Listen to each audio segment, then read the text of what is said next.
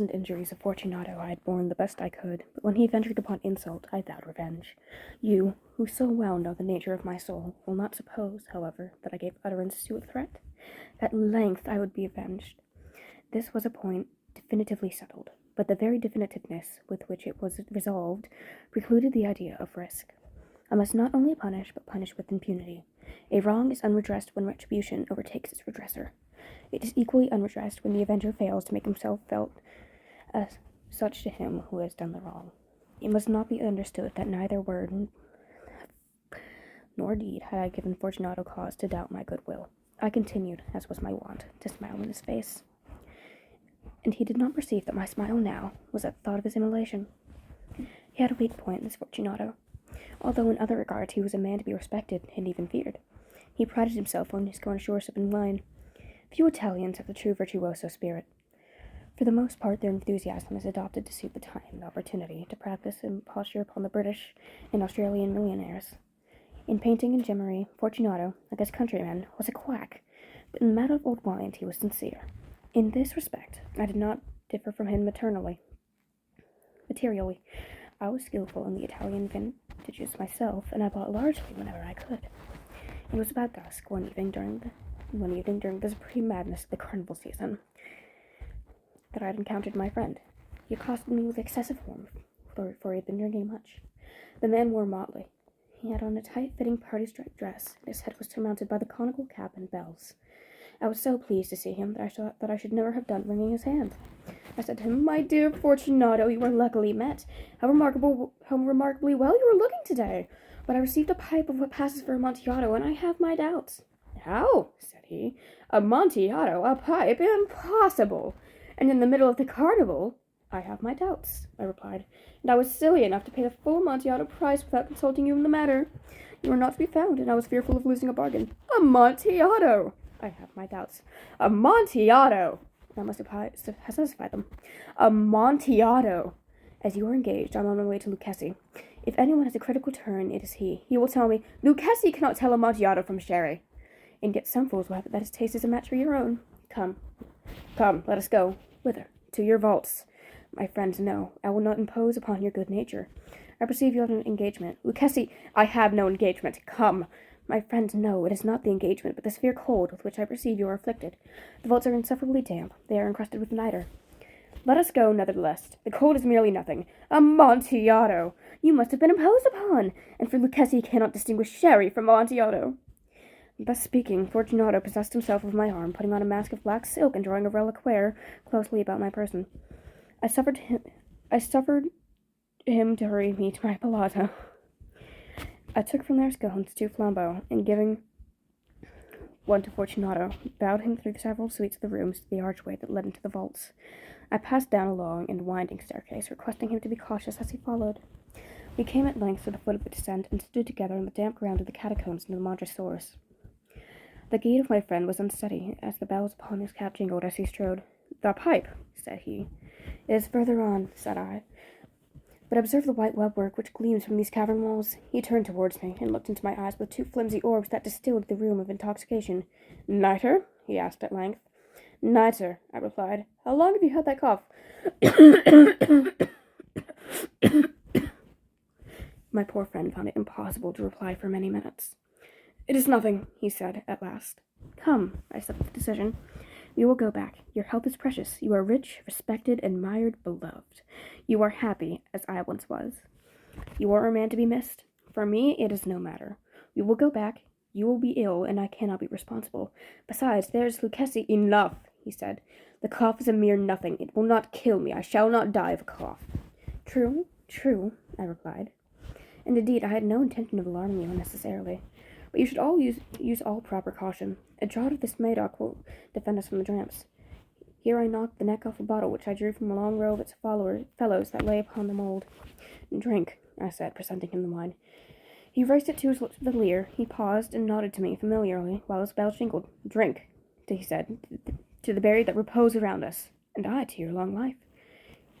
He again took my arm, and we proceeded. "These vaults," he said, "are extensive." "The Montresors," I replied, "were a great and numerous family." "Forget your arms."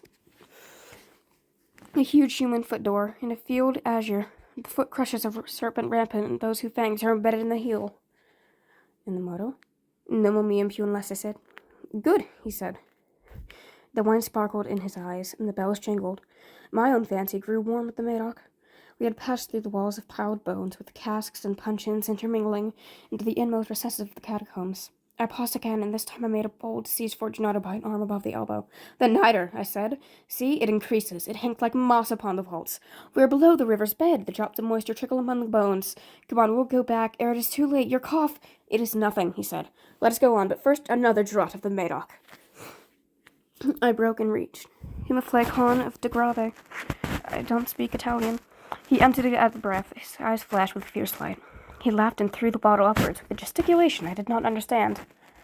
I looked at him in surprise. He repeated the movement, a grotesque one. You do not comprehend, he said. Not I replied. Then you are not of the Brotherhood. How? You are not of the Masons. Yes, yes, I said. Yes, yes. You, impossible, a Mason. A Mason, I replied. A sign, he said. It is this, I answered, producing a trowel from beneath the folds of my reliquaire. You jest, he exclaimed, recoiling a few paces. But let us proceed to the Amontillado. Be it so, I said, replacing the tool beneath my cloak and again offering him my arm. He leaned upon it heavily.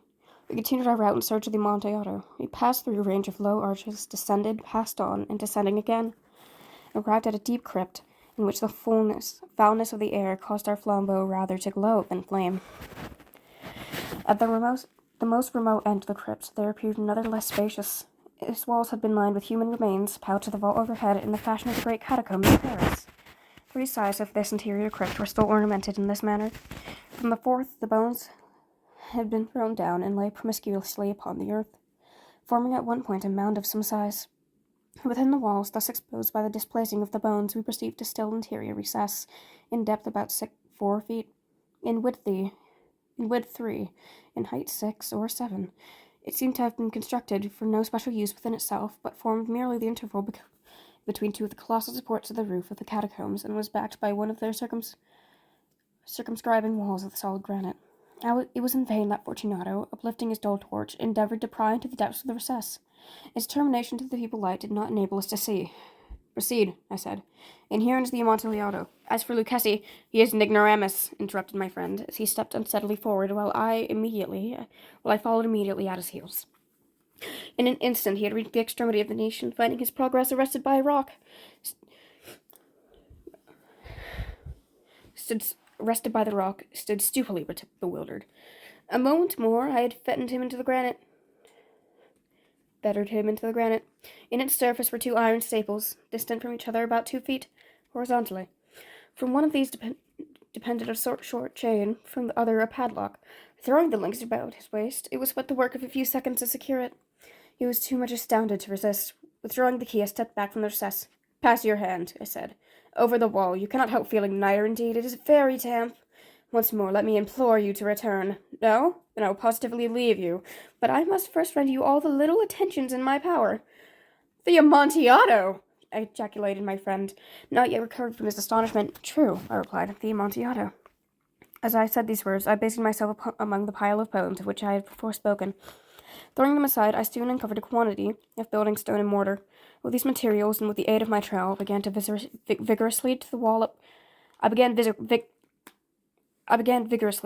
the entrance of the niche.